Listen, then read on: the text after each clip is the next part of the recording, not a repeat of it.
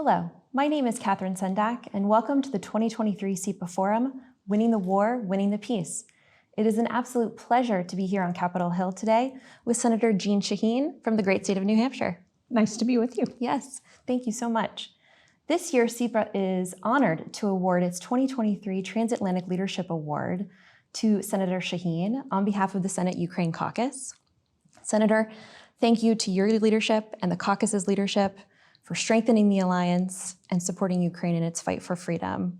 We are so happy to be here today. Thank you so much. And I'm excited to start the conversation. Great. Well, this is a perfect day to do that because we just had President Zelensky here briefing the entire membership of the Senate.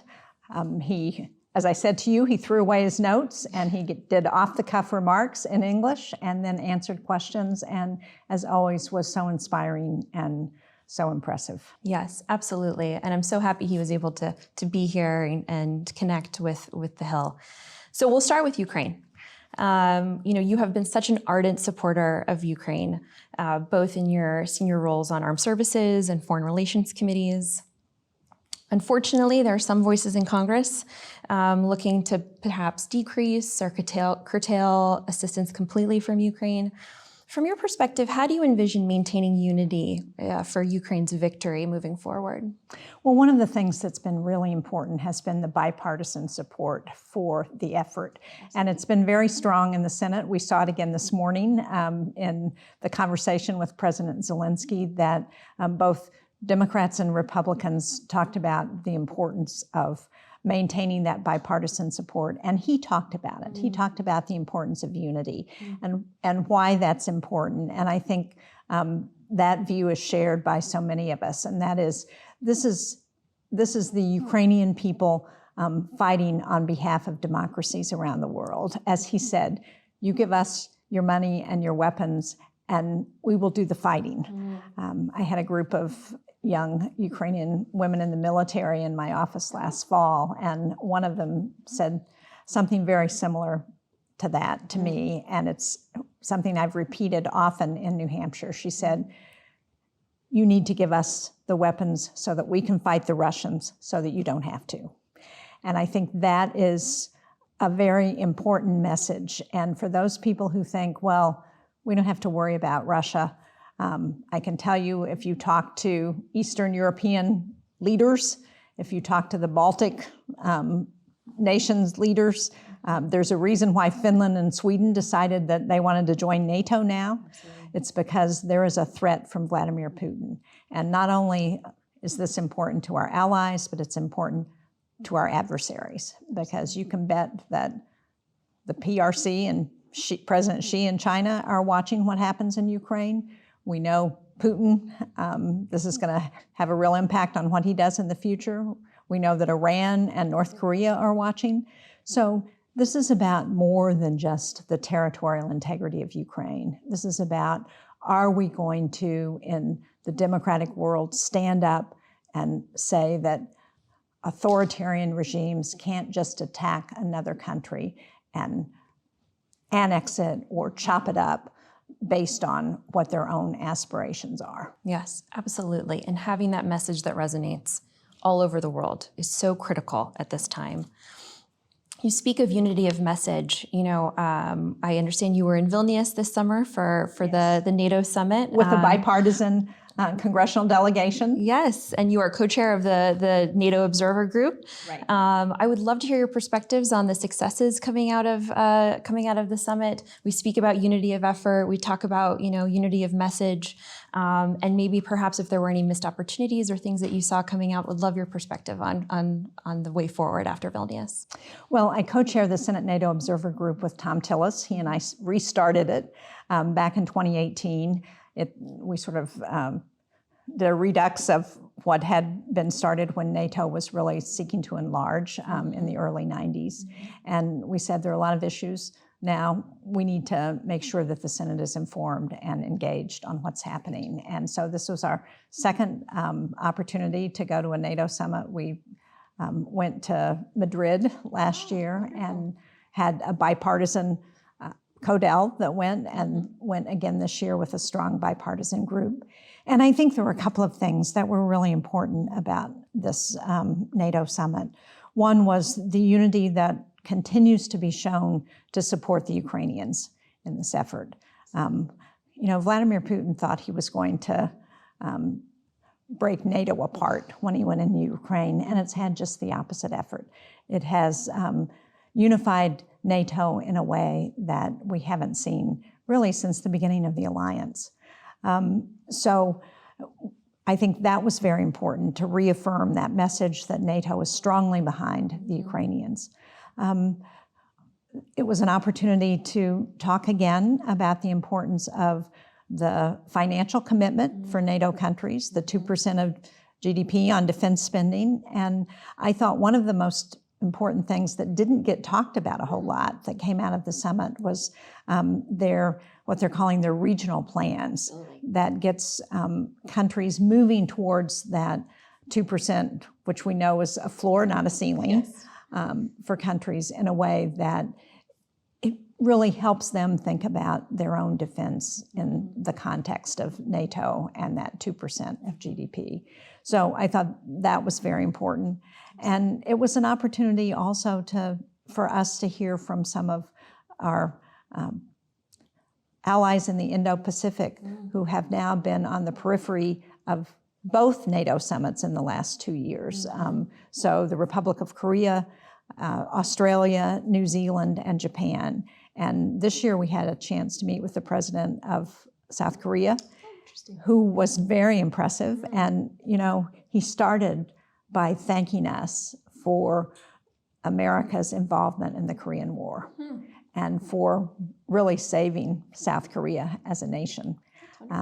So he was very impressive. We also met with the Prime Minister of Australia, who again was very impressive, and we talked about some of the issues around AUKUS, the new agreement we have with Australia and the United Kingdom. And then last year in Madrid, we met with the Prime Minister of Japan. So the role that those countries in the Indo-Pacific are playing in terms not just of Ukraine, but looking long-term at the fact that what happens in Europe doesn't just affect Europe. Exactly. It affects the rest of the world. It affects what they're doing in Asia. And so making sure that we make those connections and we understand how important it is to collaborate, I think is really encouraging to see that happening with NATO. I think that's a wonderful point. I think that back to your message and unity of message, showing that this is a global issue. This is affecting everyone in a different way and in different ways. The NATO summit is now becoming a global partnership, a global meeting, which is wonderful to hear. So all of this hard work was done at the Vilnius summit, regional plans, welcoming Finland into its first summit as a member, hopefully Sweden very soon to follow. But now we're looking ahead. We're looking forward to the 2024 summit here in Washington, marking the 75th anniversary of the alliance. Given what we need to implement and execute coming out of Vilnius, from your perspective, what are the challenges that the 2024 summit needs to address next year? Well, I think really building on what we've seen over the last few years. So continuing that support for Ukraine and for looking at how the alliance continues to be creative and look at other threats are also part of that. So as we know, we're also looking at the cyber threat as we look at the war in Ukraine, and that's something that is not just limited to Ukraine, but all of Eastern Europe, and here in the United States, we're seeing the cyber threats we're getting from China and from Russia. So I think, and climate change, which is another area where NATO has said, we've got to look at some of the other threats that we're facing. So I think that's very important. Continuing to focus on that 2% of defense spending is important. And one of the things that I thought was really helpful is we had, in addition to Senator Tillis, we had Senator Sullivan from Alaska and Senator Ricketts from Nebraska who were with us on the trip to Vilnius. And one of the points that they made to everybody we met with was, in order for us to maintain that support we need, that bipartisan support on the Republican side of the aisle, it's really important for us to be able to say, this is something that our European allies are working on. And that's a message that I think is important to continue to reinforce, and we're seeing some real progress, but we've got more work to do. That's right. Conveying that message and making sure there's an understanding of how everyone is contributing to this effort. Very, very important. You mentioned cyber. The eastern flank of NATO, the eastern flank of Europe continues to confront challenges and security threats. And we see it every day, and our eastern allies see this every day. You mentioned the Baltics, of course, the Black Sea region.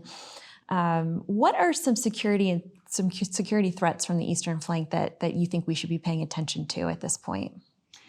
I think one of the biggest challenges that's hard to really get our arms around because it's abstract is disinformation. I remember after I think it was KLM airliner got downed over Ukraine by the Russians back in 2013 or 14, General Breedlove testifying before the Armed Services Committee and saying, we have a pretty good idea who this is. We know who did this, but it's probably going to take us months before we're going to be able to have the real data that shows that this is who did it. And as long as that happens, that's a threat. So looking at how we respond to disinformation and misinformation and being able to do it in a much more coordinated way and help not just men and women serving in the military, but help citizenry understand. And I think there are some real lessons that some of our Eastern European neighbors can give us, particularly in the Baltic states, where they've been on the border there of Russia for a very long time. And so they've developed some ways to respond to disinformation that I think we should pay attention to. Absolutely. They confront this threat daily. Absolutely. And resilience, not just of military, but of non-military, of societal resilience is so paramount. Getting to that point, learning our lessons, our partners and allies around the Black Sea. This is an area we keep very close tabs on, not just the war in Ukraine, which obviously is a huge factor, but Russia's increased militarization of the Black Sea, its harassment, now weaponizing grain exports through the Black Sea. I would argue there's no freedom of navigation in the Black Sea at this point. From your view, addressing our partners and allies in the Black Sea, what can we encourage our allies to do or the alliance to do to make the Black Sea secure and stable? Well, I want to start with the impact on food prices, because one of the things, and President Zelensky spoke to this, and we've had some conversations in the Senate about this, one of the things that's happened as the result of shutting down those grain shipping lanes from the Black Sea has been to increase global food prices. And that's clearly one of the goals of Russia. They want to increase those prices so that they make more money. And it's having a huge impact, not just on Ukraine, but also on Africa, on other nations that are dependent on food. And it's having an impact on us too, because obviously we help provide funding. The World Food Program provides funding to help many of those countries, and the costs have gone up dramatically. So this is a real challenge. And as you point out, there is no real freedom of navigation in the Black Sea now. I think it's, hindsight is always 20/20, but if we had it to do over again, having ships in the Black Sea, the UK had some ships in the Black Sea before the war in Ukraine started, and they were out by the time the war started. But thinking about that is something that we need to do. I worked with Mitt Romney to pass legislation to ask the administration to come up with a strategy for the Black Sea. So they are still working on that. Yes. And that should include not just the military effects, but also how the economic needs of the region and how we can look at that as well. I was in Georgia last year in the summer, the country of Georgia. And one of the things they were touting that I think makes a lot of sense is this middle corridor. So to think about bringing energy around Russia from the stands and through Georgia under the Black Sea and across to Europe, which is a really interesting alternative that would allow us to undercut Russia's monopoly of oil and gas. And really target what they think are leverage points for partners and allies in the Black Sea region. And I know our friends in the Black Sea are eagerly awaiting the strategy and really moving forth on a good plan on how to secure the Black Sea. Well, Senator, finally, on that note, all your work with NATO, all your work on European security issues, where would you like to see the alliance in 3 to 5 years in terms of unity of message, collective deterrence? Where would you like to see it going in the next 3 to 5 years? Well, again, building on what's already happened, I would like to see, I would hope we have a successful outcome to the war in Ukraine, and that we would have had all of our NATO partners meeting that 2% goal and viewing it as a floor, having those regional plans in place that help countries think about their own defense in ways that we may not have done so much of, and see Sweden also as the 32nd NATO member. Hopefully very soon. Would like to see that done. And then also the continued focus on not just the other threats that we talked about earlier, cyber, climate, but also continuing to focus on the global nature of threats for democratic countries. And certainly the reference to China, the continued looking at ways that we can include our Indo-Pacific neighbors and allies who share our commitment to democratic values, I think is really important. Absolutely. Doing it in a deliberate way that's effective. Yes. Well, Senator, thank you so much for the time today. Thank you for joining us. So nice to be with you. Yes. Thank you to CEPA for this. Really, I'm so honored to receive this award, and I know that the Ukraine Caucus will continue its support for Ukraine and its bipartisan message that this is in not just Ukraine's interests, but America's interests. Absolutely. Thank you so much. Thank you. Thank you for tuning in to today's discussion for CEPA 2023 Forum, Winning the War, Winning the Peace. Please visit CEPA.org to stay up to date on the forum speakers, agenda, and recorded previous sessions. And please be sure to visit CEPA's social media accounts for the latest analysis and events using hashtag CEPA Forum. Thank you.